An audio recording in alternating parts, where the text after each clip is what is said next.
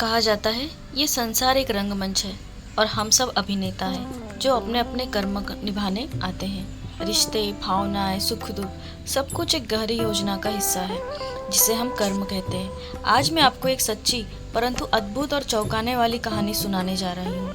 एक माँ की, एक आत्मा की और एक कर्मों की उस चक्र की जिसे कोई नहीं तोड़ सकता। एक स्त्री थी जिसने अपनी जिंदगी के 20 साल सिर्फ यह एक इंतजार में बिताए कि वो माँ बने। कई मंदिरों में माथा टेका, व्रत किए, दुआएं मांगी और अंततः 20 वर्षों बाद उसका इंतजार खत्म हुआ। वो गर्भवती हुई और उसे पुत्र रत्न की प्राप्ति हुई। घर में खुशियाँ लौट आई।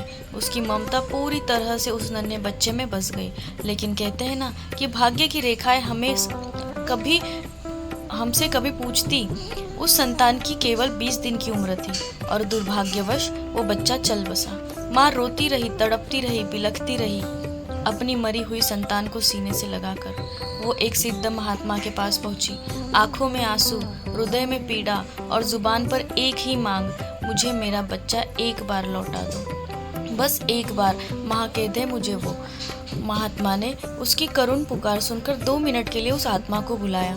आत्मा प्रकट हुई। माँ ने कांपते हुए स्वर में पूछा, बेटा तू मुझे छोड़कर क्यों चला गया? मैं तुझसे बस एक बार माँ शब्द सुनना चाहती थी।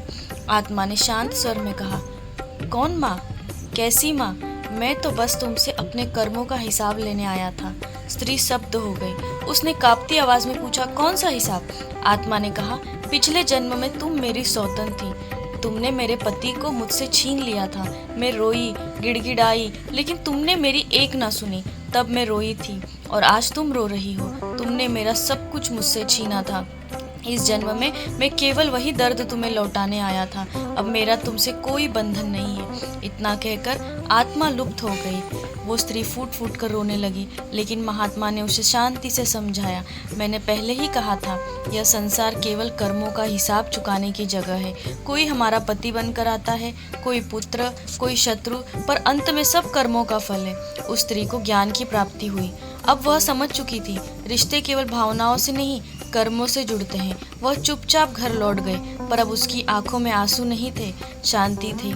तो मित्रों, इस कथा से हमें क्या सीख मिलती है? जीवन में जो भी हो रहा है वो एक संयोग नहीं, कर्मों का प्रतिफल है।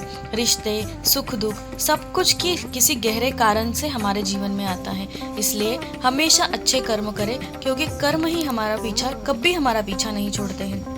जो बोओगे वही काटोगे, जो दोगे वही लौट कर आएगा। क्यों न ऐसा बोए जो शांति, प्रेम और सुख बनकर लौटे। धन्यवाद। अगर आपको ये कथा और उसका संदेश पसंद आया हो तो कृपया वीडियो को लाइक करें, शेयर करें और हमारे चैनल को सब्सक्राइब करें। और हाँ, कमेंट में ज़रूर बताएं, क्या आपने कभी कर्मों का प्रभाव महसूस किया है?